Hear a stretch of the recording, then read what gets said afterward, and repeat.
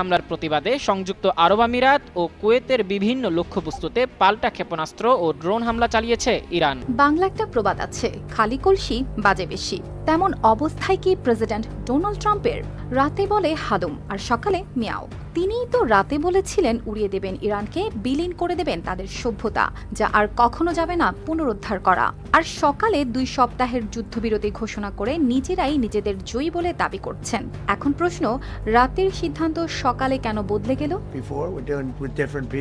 একটি সরু হরমুজ প্রণালী, এখান দিয়েই প্রতিদিন বিশ্বের বিশাল অংশের তেল পরিবহন করা হয়। এই গল্পের শুরুটা যেন এক অশান্ত সকালের মতো। একদিকে যুক্তরাষ্ট্র প্রেসিডেন্ট ডোনাল্ড ট্রাম্পের কড়া হুঁশিয়ারি, অন্যদিকে ইরানের কঠোর জবাব। কথার লড়াই যেন মুহূর্তেই রূপ নিচ্ছে শক্তির লড়াইয়ে। ট্রাম্পের বক্তব্য ছিল স্পষ্ট, হরমুজ খুলে দিতে হবে, না হলে পরিণতি হবে ভয়াবহ। জবাবে ইরানের পার্লামেন্ট স্পিকার মোহাম্মদ বাঘের ঘালিবাফ জানিয়ে দিলেন, এই পথ সহজ নয়, আর আমেরিকার জন্য তা আরও কঠিন হতে পারে। হুমকি দিয়ে কি হরমুজ প্রণালীতে জাহাজ চলাচল স্বাভাবিক করতে পারবেন ট্রাম্প? আন্তর্জাতিক মহলে এমন প্রশ্নের মধ্যেই একের পর এক পাল্টা হুমকি ফিরিয়ে দিচ্ছে ইরান, যা যুদ্ধের ভয়াবহতা আরও বাড়ার ইঙ্গিতে দিচ্ছে। যদিও সংঘাতের এ পর্যায়ে পিছু হটার সুযোগ নেই ট্রাম্পের, বলছেন বিশ্লেষকরা। তবে ইরানকে বশ মারাতে ব্যর্থ হলে যুক্তরাষ্ট্র বৈশ্বিক প্রভাব ও নেতৃত্ব হারাতে পারে বলেও শঙ্কা তাদের। যুক্তরাষ্ট্র ও ইসরায়েলি জোটের বিরুদ্ধে যুদ্ধ শুরুর পর থেকে এক অদ্ভুত রণকৌশল নিয়েছিল ইরান।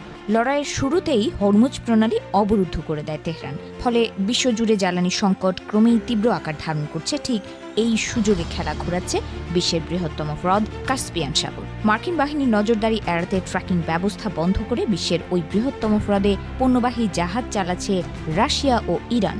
এর মাধ্যমে সবার চোখ ফাঁকি দিয়ে ইরানকে রাশিয়া অস্ত্র সরবরাহ করছে বলে ধারণা করা হচ্ছে।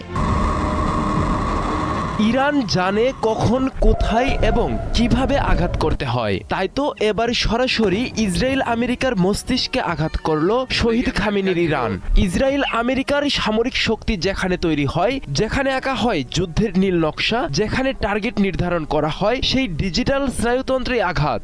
সংযুক্ত আরব আমিরাতে মার্কিন প্রযুক্তি জায়ান্ট ওরাকল কর্পোরেশনের ডেটা সেন্টারে হামলা চালিয়েছে তেহরান।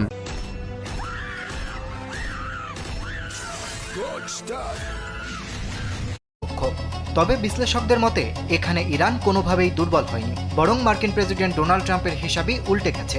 ইরানের দেওয়া 10 দফায় সম্মত হয়ে পিছু হটেছেন তিনি। কিন্তু প্রশ্ন উঠেছে, এটা কি সত্যিই শান্তির